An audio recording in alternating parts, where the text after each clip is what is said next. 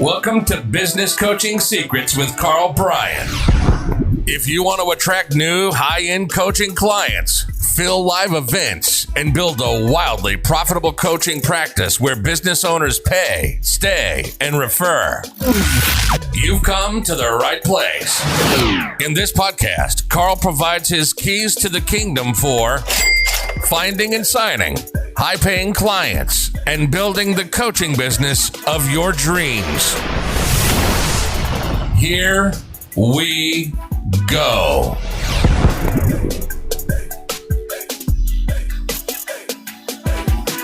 Ladies and gentlemen, boys and girls, coaches around the world, welcome to another episode of Business Coaching Secrets. It's your boy, the Road Dog, with none other than the man, the myth, my next door neighbor, Karl Bryan.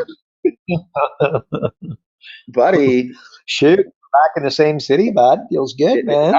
Not even the same city. Like, I could probably, you live a little bit higher up the mountain than me. You could throw a rock. Now, I'm not sure how your arm strength is these days. I haven't seen in a while. So I'll report back next week, folks, to see how bulked up Karl Bryan has gotten. I'm not sure if he's on the juice or what's going on, but he could probably throw a rock from his place to my house. Odds are pretty good.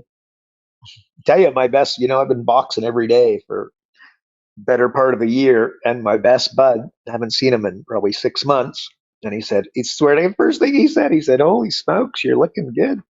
And getting a compliment out of him, I'll give you the red hot tip. That's I had to earn it, Shoots. But anyway, so I was just thinking of Napoleon Dynamite. What's his name? The guy throwing the football, the uncle. Like, that's Karl right there. Oh, Shoots. Hey, listen, I just wanted to add something from the pre-show. You were talking about getting back to basics and all that sort of thing, and goals. I heard something really cool the other day, and it's the problem with setting goals is that we set a goal as a statement and not as a question.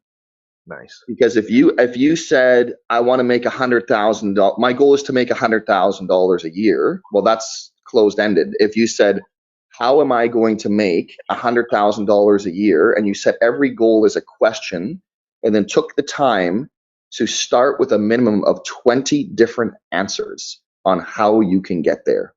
Nice. That shoots. How would I do that, by the way? If you tasked me with that, first thing I would establish, if I get the question, the magic is in the question, ask the really powerful question. And I would go into my little cubby hole. Again, me, a pad of paper, a glass of water. That is it. No bathroom, no internet, no phone, no interruptions, no kids knocking on the door, no wife knocking on the door, no distractions whatsoever. And I would write that. And I'm a pen and paper guy. Some of the folks listening, you're more iPad, whatever. Okay. That, by the way, that's fine. But I want to challenge you. And I think pen and paper has got significantly more power, regardless of your tech prowess and your age. But I would write down exactly that. And the only difference, Road Dog, is maybe I wouldn't stop at 20. I might potentially get to, 50 ways to solve it, because my 44th, 45th, 46th could be where a lot of magic. I'll tell you something. So we get somebody, a project that I've done a lot with folks is like, okay, they're going to basically take on a program which involves lead generation. And I get them pen and paper. And what they got to do is write down 50 people that they're going to chase to put this opportunity in front of them. But I put 50, I could say 10, I could say 20, I could say 30.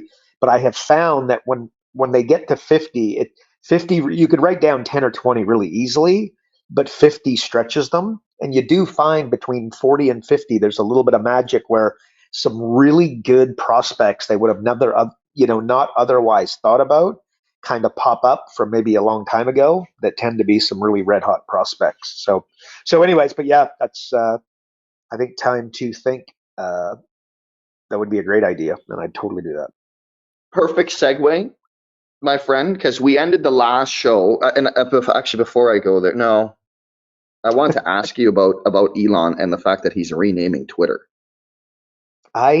Yes, that's to X. Like, what are your thoughts on this? Because are they still going to be tweets? Like, what's going on now? Like, I'm all confused. Like, what? Like, it's an interesting move. What are your thoughts on it? Do you think it's a dangerous move? I think Elon is a genius, so I would always question my opinion to question him, if you know what I mean. But it sounds like a diabolical move to me. Like Twitter, like well, here's something I'm playing with, right? Where I own I own like hundreds of domain names, and some like really good ones, right? And so I've got a bit of a vision. I'm not going to say what the domain name is, but a bit of a play where I'm going to build effectively another company, right? That's the vision. Um, but there's a saying: the second business eats the first, right? So you be very, very careful with that. Whereas what I'm doing is the second business is going to feed the first. That's the way you solve it, right? You're going to create two businesses. Make sure one is complementing, they're both complementing one another. A really good example of that is Amazon.com. If you look at like Amazon Web Services, they were basically what they were spending per month, right? Managing all of their, just managing the cloud was just astronomical. And then they started Amazon Web Services, and that company is so successful. It's literally mind-boggling.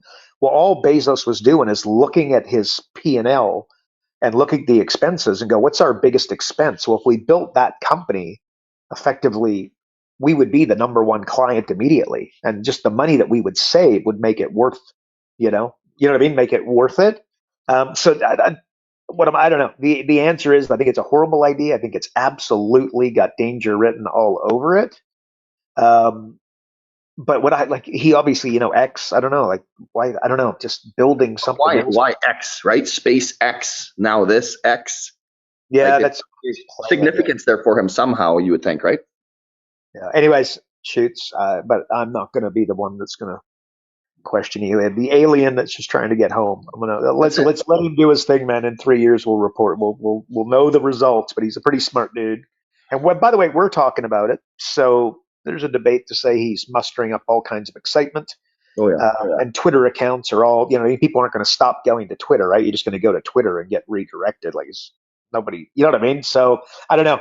It's got danger written all over it for me, but the lesson that I would have folks take away from that, maybe, actually not really. It's kind of a different thing, but that everybody multiple streams of income, something I've railed against for many years, and of course, like the Zuckerberg wasn't doing Airbnb on the side while he was building Facebook. I'll give you the red hot tip. Steve Jobs wasn't doing a little play on the the side while he was building Apple. Bezos wasn't again playing with crypto. So multiple streams, that's multiple streams of income. If you don't have one stream of income, the $5 million or above, don't think about the second.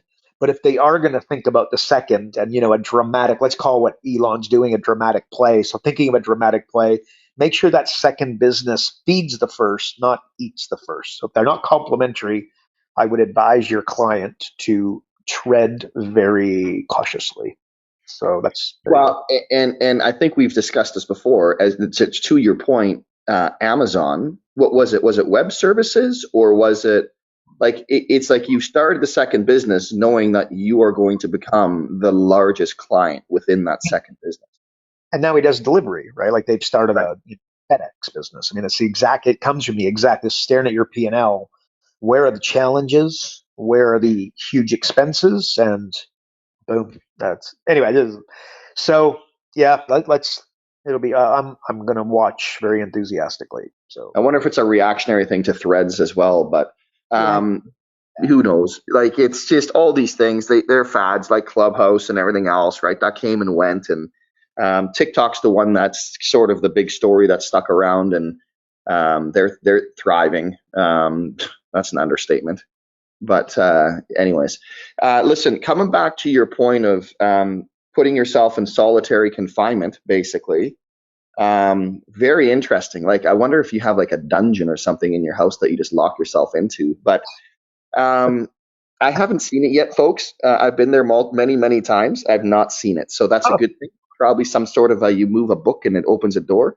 Anywho, you always talk about this TTT, time to think, right? And you really, like, we stopped last week on the, hey, how do you stop and think? And I'm not sure if I said it on the show or if I just texted you after, but I'm like, that's cool, but how do you do that, but not slow down and then not act? Like, how do you take your time to think without all of a sudden it's like you just you're stuck. You're now in your procrastination mode. Like, Yeah. that whole, like, how do you make sure that you kick into action kind of thing? Yeah. Got it. So yeah. Okay. So it needs to be a high level philosophical play. Like, okay, perfection is the lowest standard on earth.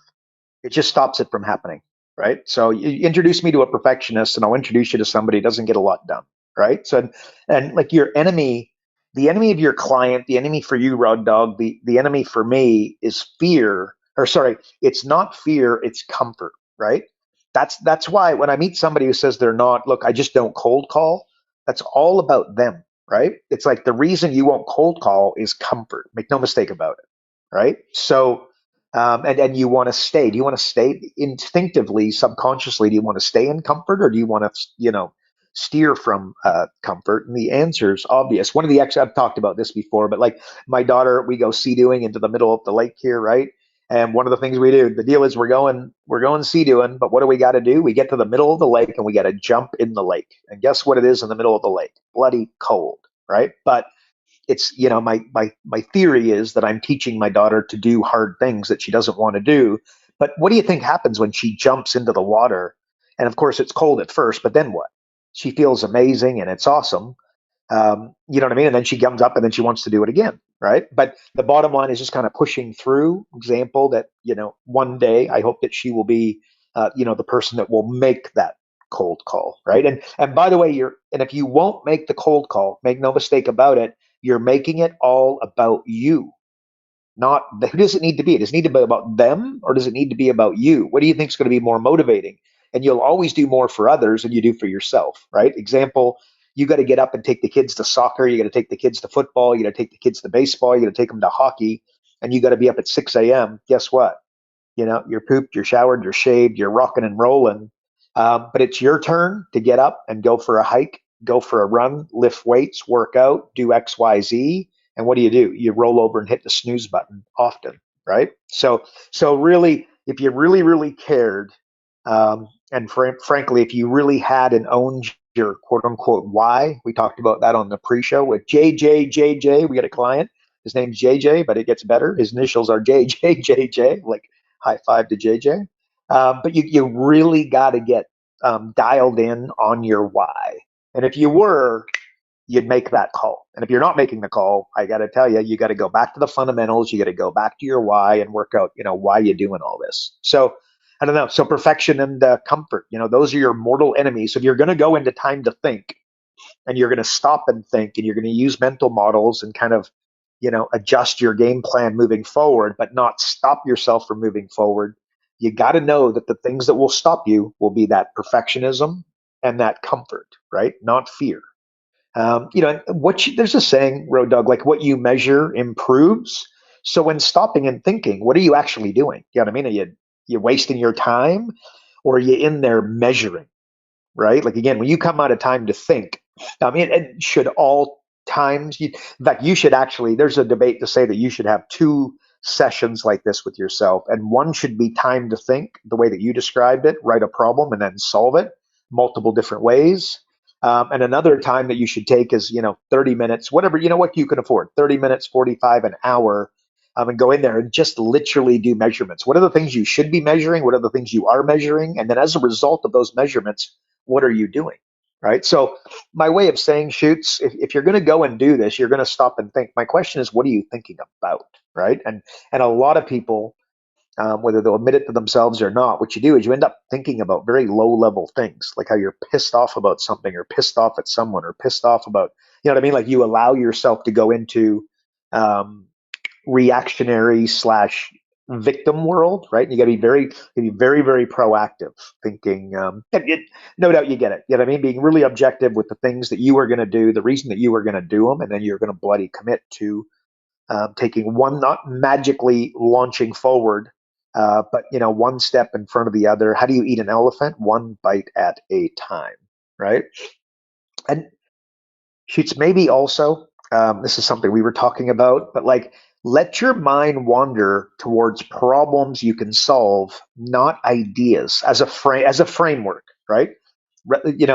you guys, if you guys listen to this podcast, you've heard me say this for sure. But people come to me, Karl, will this idea work? Is this a good idea? Is this a profitable idea? Not those exact words always, sometimes, but that's the frame they come to me. And then I would turn it around and go, hang on, look, show me a problem and then measure your ability to solve that problem, and then your ability to solve that problem at scale. And then, by the way, identify those individuals with that problem at scale. And I'll show you a business that you could start and make a lot of money. Like right now, Road Dog, we're playing with something. Filling local live events has become like literally a personal, like, just, what are the, there is no amount of money, there is no amount of effort, there's no resource that we are not going to uncover to be able to fill local live events consistently. The end. Drop the mic. That's happening. But at the end of the day, I just know that local coaches need to set up local events so that they can become local legends, and we are basically going to solve that problem, right? But that is a problem that we have identified, because we have found that the clients to do the local live events, fulfill on the local live events, get their clients through the local live events, establish their identity and improve their identity and elevate their identity through doing those local live events and being the kind of quote unquote the guy at the front of the room. We have just found that solves a major problem for our business, which is business coaches that make $300,000 a year instead of $30,000 a year. So we're solving the problem. And how did we get there? I just explained it. You know what I mean? Time to think, time to measure, looking at data, looking at stats, looking at our clients over the last 17 years and going, look, let's really drill down. Who are our best clients and the ones that have paid us happily for over a decade? And we saw some trends and we made some adjustments. It came from time to think and time to measure. So anyways, shoots, I just want to make sure that I'm solving this, like in terms of, you're going to go in time to think, and then you're going to move. Remember, if you don't have a destination for your sale, no win's going to help you, right? So again, taking time to establish that destination whilst doing your time to think be very, very important, right? Like, anyway, if you don't know where you're going, any road will get you there. That's what I was just trying to think of. And if you're not, okay, so let's assume that you've gone in, you've drilled in, and you feel like you're doing everything right, but then the foot, you're getting 1 foot, but then you're not getting the second, third, fourth, and fifth. Is that you're not able to start, but you're just finding you're picking up the phone, you're sending out messages, you're knocking on doors, you're getting in front of business owners, you're inviting them out to lunch, but they're not converting and you're not accomplishing your goals. Like, let's just assume you're the guy or the gal that should be at $300,000 a year, and you're kind of at $30,000 a year, questioning whether or not this is the right plan, right? So I'll define that as the person that's taking a couple of small steps, moving forward, attempting, but then not accomplishing that, you know what I mean? What they set out to accomplish. I'm going to challenge you to say that your plan, your goal, your vision isn't big enough, right? A goal of just trying to fill a local live event with 10 people. I'm sorry, it's lame, right? Like, that's, you know what I mean? I'm not sitting here trying to put 10 people into a room once. I'm trying to solve this problem we have 1,250 clients in 49 countries. I'm trying to solve it for the entire group.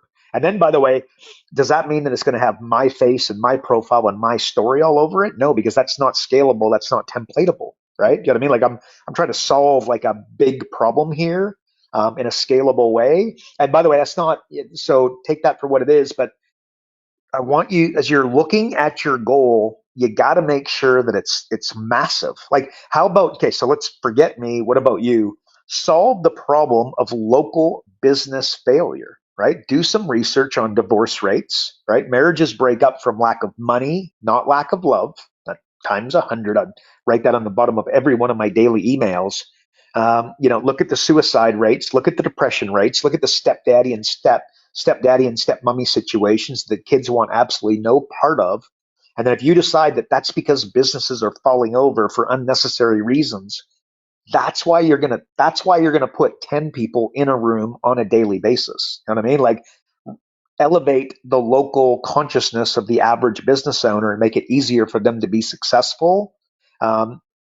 completely abolish business failure locally. Are you going to be able to do that? Probably not. But if you set that as your goal, if you shot for the moon and you came up short, you'd be looking pretty good, right? So anyway, that's what I would say. And I just in finish shoots again. I hear all the time that coaches, their goal is they're trying to get to $10,000 a month, right? And again, if you're totally in the sandbox and you just got started a very short time ago, I understand how that's your goal and that's fair enough. But that goal is all about you, right? You really got to jack that up. That's not what I mean, but like making a bigger goal wouldn't necessarily try to hit $100,000 a month, although that would be a way better goal than $10,000 a month because if you failed miserably, you'd end up, at $10,000 or above. But again, trying to cure business failure locally and raising the consciousness of the average business owner in your community significantly, and then not just doing it for your community, but doing it for your city, doing it for your state, doing it for your country, doing it for the world. I think that could be powerful. But that sounds good. So let's just say again, instead of $10,000 a month, you agree that $100,000 a month is a better goal.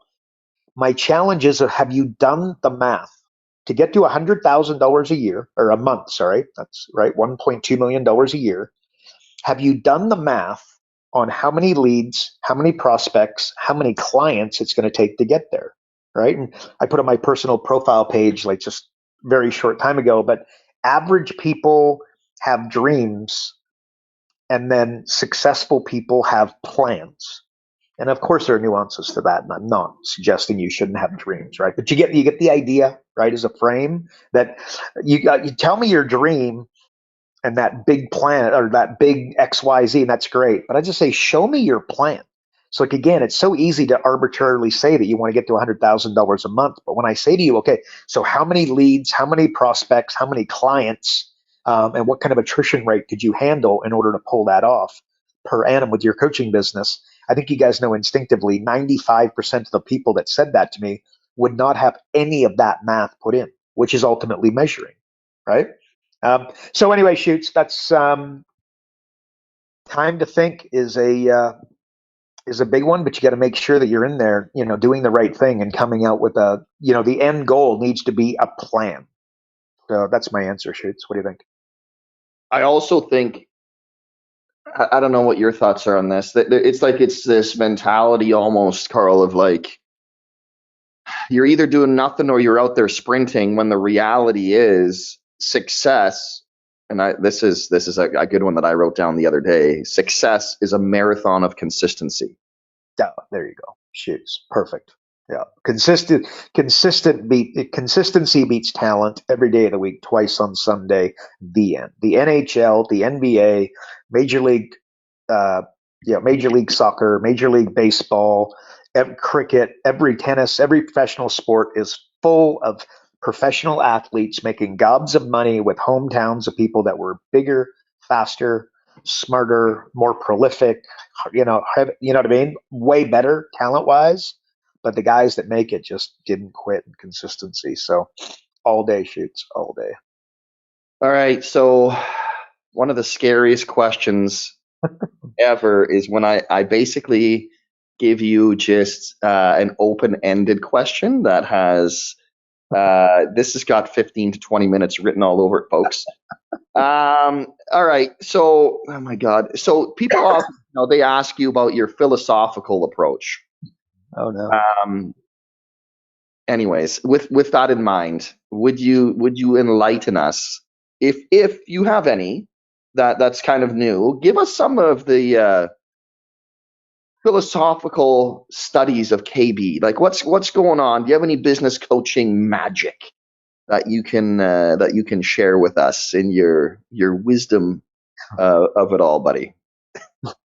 It's quite the question, shoots. It's quite dangerous because this, like, seriously, the problem is, folks, I can be as sarcastic as I want to be. The reality is Carl's got like decades of experience in this, so he could literally probably fill, I don't know, 300 episodes just on this one question. So I say it jokingly, but the reality is, like, let's be serious here. Like, your stuff. So what do you have? What are some of your philosophical approaches when it comes to business coaching? And that was a bit of a backhanded compliment, shoot. So I'm going to say thank you for it. Welcome back to Canada, bud. Dang, man, dang. Okay, so, and I do agree with you. That's kind of a, like this is third. Like if you asked me about, so my philosophical approach, you just went through, I think, a little bit of it, right? Like again, you got to measure stuff, right? Nobody's like dreams are great, but show me your plan. I'm sorry, like it's just, you know what I mean? I can be cute and everything else, but just show me your plan. Like, like I think this was, did we say this just a minute ago, or did we say this in the pre-show? Like a baseball player making $30 million a year to hit home runs, they fall into slumps just like you did as a kid, and I did, and Road Dogg did, and everybody did, right? And they're given sport, call it baseball. Well, you don't take that guy who's hitting home runs for X amount of time, falls into a slump, and say, hey, you know how you've been hitting home runs? We got to get you to start bunting. Right? You know how you've been right-handed for ages? Look, we got to get you to the other side of the plate, and you start hitting left-handed. It's ridiculous as I say it, but like that, what do you do with the $20 million, $30 million a year player that hits home runs when he falls into a slump? And the answer is you take him for video, you take him into extra batting practice, and what do you practice? What is the coach making a handsome sum of money as well, and the $30 million guy work on? The answer is fundamentals: elbow up, butt down, balance, keeping your eye on the ball, etc. Right? So that's what I feel like kind of getting asked here. Don't fight with someone at war with themselves. I'll tell you that. That's one from my not too distant past. Um, my best buds in town, right? The same best buds since they were 8 years old. We're like, like brothers, literally like brothers. His mother passed away a few years ago, but she is my mama. I was written into the will, but not only was I written into the will, but I was like an equal child, right? The three kids, but I am the fourth, and I was an equal child in the will. You perspective here. So this is family all day long. But anyway, so he's here, and we often talk about this kind of stuff. He's a leadership guy, and he very, very talented and smart guy. But here's something we were talking about: change. Change slows as you age, right? We're talking about our kids. Your kids change day to day, and your parents almost don't change year to year, right? And it's like, I don't know, it just takes my breath away a little bit.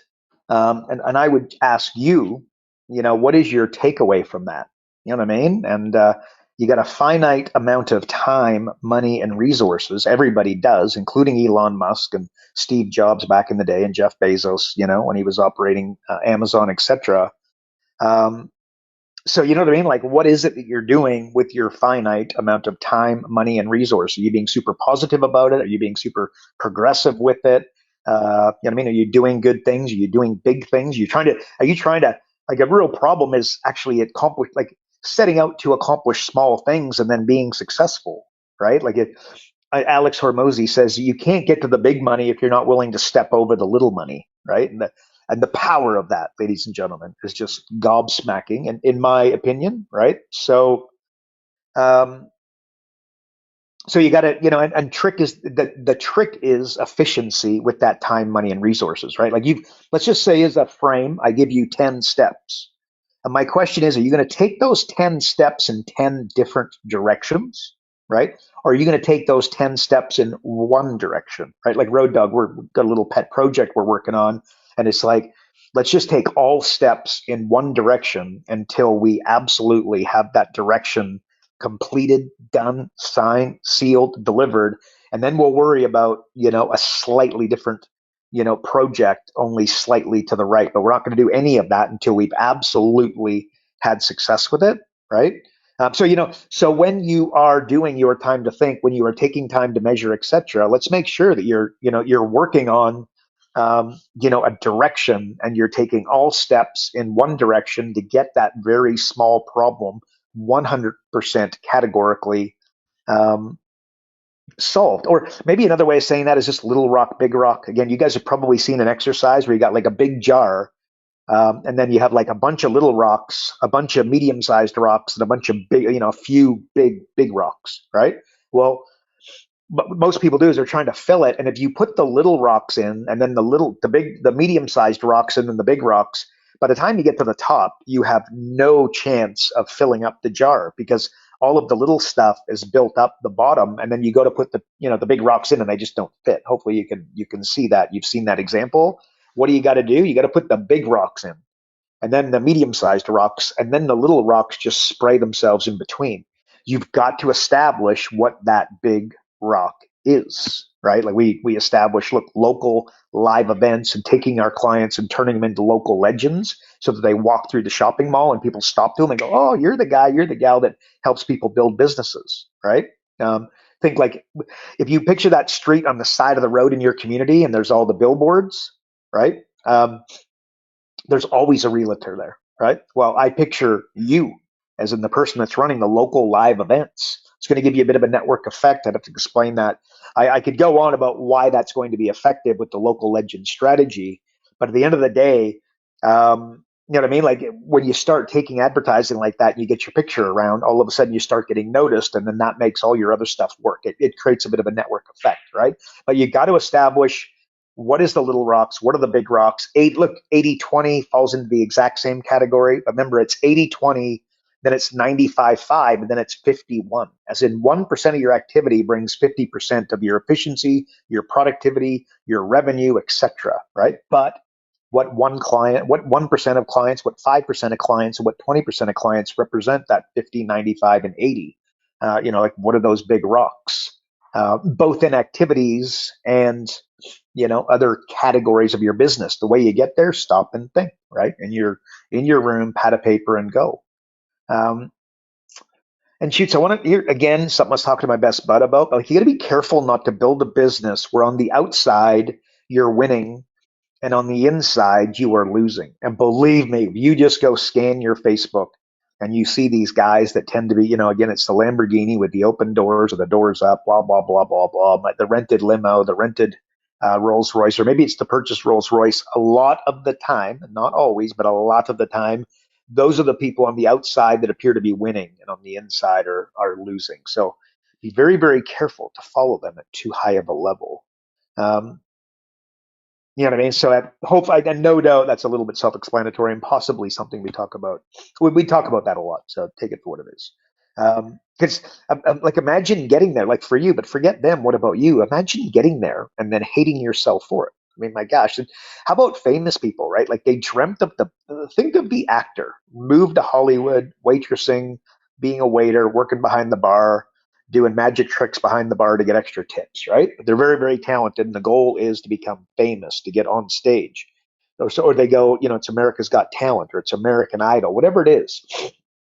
They dream of the big break, they dream of the big movie, they dream of the payday, and now they can't leave the house without the paparazzi bothering them and taking pictures, right? Like you're scared to let your hair down because someone is videoing you, or you know what they're trying to do, trying to trap you so that they can photo you, trap you so they can video you. You don't know who your friends are, right? It's very difficult to make new friends in that dynamic. Really hard, right? I'm just looking for you to mess up and creating that situation. My heavens, right? So when you are so again, philosophically, when you're building a biz, if you built an 8-figure business over 10 years, it might not feel like it's that big because it happened over time, right? You build a big business over 48 months, and let's call a big business an 8-figure business doing about $10 million a year in revenue. You build that in 48 months. And frankly, I've been there, done that, got the postcard, cough, cough, really, built it was a big company for me very, very quickly. It's like a freight train running you over on a day-to-day basis, right? So again, what did I just say? Really importantly, got to make sure that, build your business over time with a solid foundation, as opposed to build your business quickly because you've got this monstrous goal and you're running from behind and you feel like you're behind from a time standpoint, that, you got that birthday with a 0 or a 5 coming up and you're chasing something, right? Because it may or may not just, and that's not to say, got to be very important. I'm not in any way saying that you can't build a big business quickly. What I am saying that, like an airplane crashes, you're in trouble. A bicycle crashes and you probably got a couple scrapes. You know what I mean? So take that as a metaphor. that you may or may not be able to, well, that hopefully you'll be able to leverage, right? I heard this from an old man, probably make a little bit of a meal of it, but it was like, what did he say? Like I was dying to finish school, and I was dying to start working, and then I was dying to get married, and then I was dying to have kids, and then I was dying to have a family, and then I was dying to get the raise, and then I was dying for retirement. I was dying waiting for retirement, and now I'm dying. And then I realized I'd forgotten to smell the flowers along the way, right? Message there. Don't forget to stop and smell the flowers. That's driving your kids to school. That's picking your kids up from school. That's never missing a birthday party, never missing a dance recital, never missing a gymnastics, event. And but when I say never, I look at the end of the, and I have missed different events, but I can tell you that I'm at comfortably 90% of them, if not 95%. And when I do miss, it's kind of on my terms as opposed to a boss who's telling me, where to be and when to be there, etc. So, anyways, I think there's a little bit of power in that, right? There's a movie, Click, with Adam Sandler, that is for if you have, maybe my personality trait where I like to move fast and I like to do big things and I like to, you know what I mean? Like I just, I'm go, go, go. And my biggest problem is not waking up and going to work. My biggest problem is just waking up and just going to work. You know what I mean? Like in that, I got to get out of this office and I got to make sure that I'm, living life and, smelling the flowers, so to speak. Um, so anyway, so that movie Click, I think, is just gobsmacking. And by the way, and I moved to an island, and part of moving to the island was, and it's been incredibly successful in that regard, where I have just managed to, my mental health, let's call it, quote unquote, not that it was, not that my mental health is like hugely a challenge for me, but that being said, I'm human just like everybody else, and I'm absolutely hard on myself. You know what I mean? It's been very, very good for me to just slow down a little bit, right? But I'll just say this. I said this on my personal Facebook page, but at Christmas time, and it was, if you want to slow down time, be present. The ultimate gift for a loved one is your presence. Give them your presence. And the message there is, hopefully you took that, but if you want to slow down time, which hopefully you do, and Adam Sandler in the movie Click would absolutely love to, be present. Be really, really present in the present moment. And I think that there's magic there for you. So Shoots, I don't know. There's so much there, bud. There's so much there. It's funny. First off, when you add health to mental, like, because we all know that you're mental, but when you add health to it, then all of a sudden I have to have empathy. But if you're just plain out mental, then that's a different story. But anyways, nice one, Shoots. I like how you turn that around. That's good. Hey, when you talk of presence, Sean Whalen, he was just talking about this because he was talking about purpose versus passion. And he said, your passion will always change. Like, you're going to become passionate about different things at different parts of your life. And depending on the day, like, you're going to be super passionate about something. His purpose is to be able to enjoy the present moment and to string as many of those moments together as he possibly can. Oh, nice.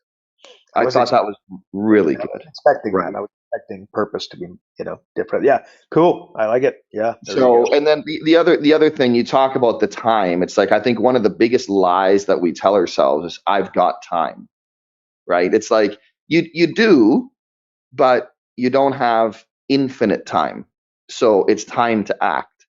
And my buddy Stephen Whiting just posted on Facebook this morning a picture of him, and he's wake surfing, and he's got his kid on the surfboard with him. Yeah. And it said 18 years. That's how many 18 summers. That's how many summers you have with your kids before they leave. And it's like, oh, right? Like, it's so crazy when you think that. Anyways, folks, come on back for more happy enlightenment moments. Sorry, I was wanting a stat for those with kids, and just this relevance here. At the age of 15, this is the data, right? At the age of 15, you will spend 60% less time with your kids when they hit that age, 15, And at the age of 18, you spent 90% less time with your kids. Wow. So think about that. Yeah, spend as much time. Moral of the story: spend as much time with your kids as you can between the age of 0 and 8. Well, really 15, but 18 for sure. 90% less shoots. It's crazy. Well, this is positive. Why don't we turn this around? Oh my gosh. Listen, a while back you were talking about the factors of production. I'm not sure if you remember that. It was a while ago, but you talked about where it was information and data over land and labor. And I was hoping we could kind of go back because you mentioned leverage a little bit earlier, and that sort of triggered that. But do you remember that factors Yeah, of production that you were talking about? I do. I don't know if I can remember them. Anyway, yeah, okay, yeah. Well, maybe a quick Okay, recap. I don't know. Like it's been a while, and I don't want people to come and be like, "What the heck is he talking about?" yeah, yeah. Okay, recap. Back in the day, the three factors of production were land. And by the way, this is the Google boys talking, not me. Okay, so it's land, physical labor, and then capital. And the new factors of production, information. Okay, so that's data. The world's number one commodity by a million miles is data. And that's why Facebook is Facebook and why Amazon is Amazon for that matter. And Twitter is Twitter. Data. So information is number one. Number two is distribution. Okay, reach/distribution. This is why Elon Musk bought Twitter, right? And if you saw the amount that he paid for it, billions and billions and billions and billions of dollars, it's about distribution. It's about reach. The reason Coca-Cola is Coca-Cola is their distribution, right? They've already got the trucks, they've already got the invoicing, they've already got the drop off, they've already got the truck driver, they've already got the crates of Coca-Cola getting dropped off and put into the store. So when they take on a new, like a version of Red Bull and a version of water and a version of whatever else they're going to put in there, they've already got distribution. So like adding water to your Coca-Cola order is very small. And think of again the scalable ability of that versus growth, right? Where growth expenses go with it, and then when you scale a company, expenses fundamentally stay the same as you grow, right? Anyway, so distribution and reach is number two, and then computing power is number three. And I'll just tell you this, like speaking to kids a minute ago, they're going to college and spending what, like 50 grand, 200 grand to learn the wrong antiquated system still based on land, physical labor, and capital. It like honestly, when you really understand it and like AI and all these things coming, it's like kind of scary. Like, do you really think that the local university is like, you know what I mean? Like understanding artificial intelligence and changing their entire curriculum to get with the ages? And your instincts would be correct. Hard no, right? Like it's not happening. They just the animal is so large, or the machine is so large that it's hard to make an adjustment, right? That's like an airplane at 10,000 feet trying to change the wind, the wings or the engine or what have you, or adjusting something. Very difficult to do at 10,000 feet. Anyway, so and then logical questions after realizing the three new factors of production are you going to collect data?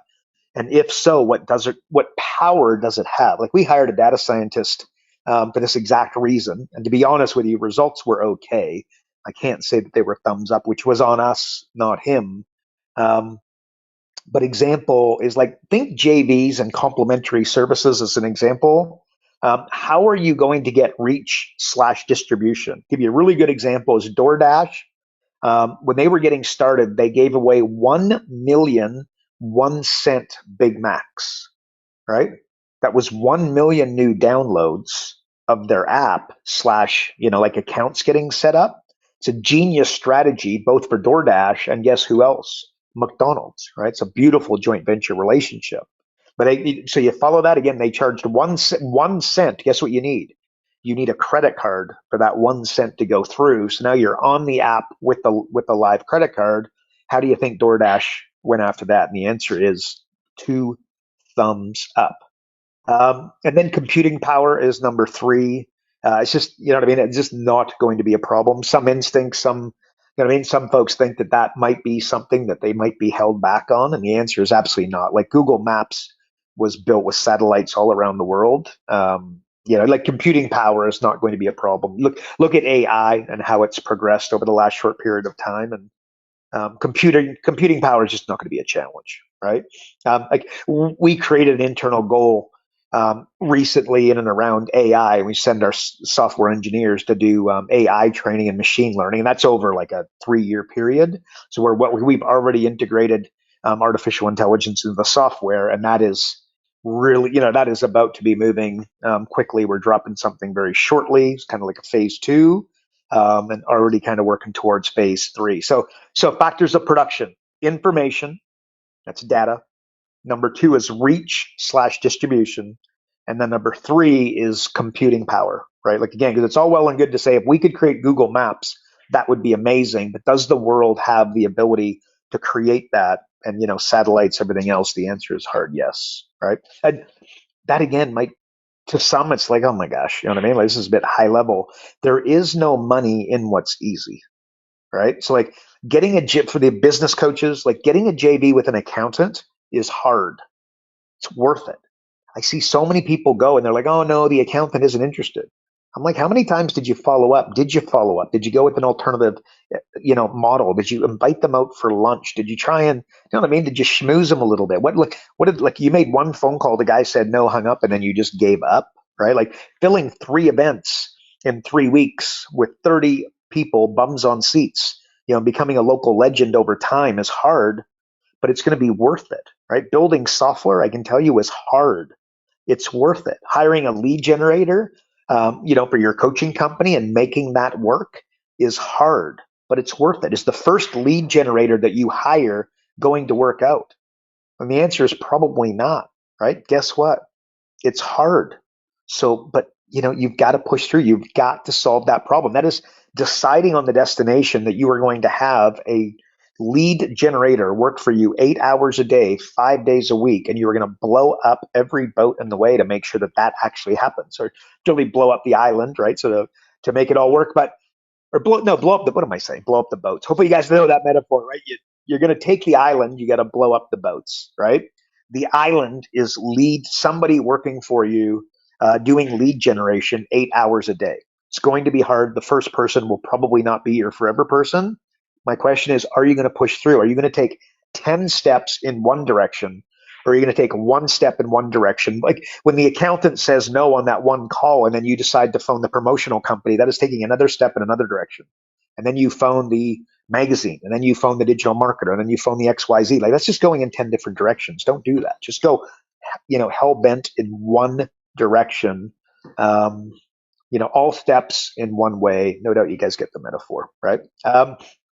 You know, like learn. I said, I think it was last week, and I definitely said it in an email. Like the biggest players in the world have one word in common.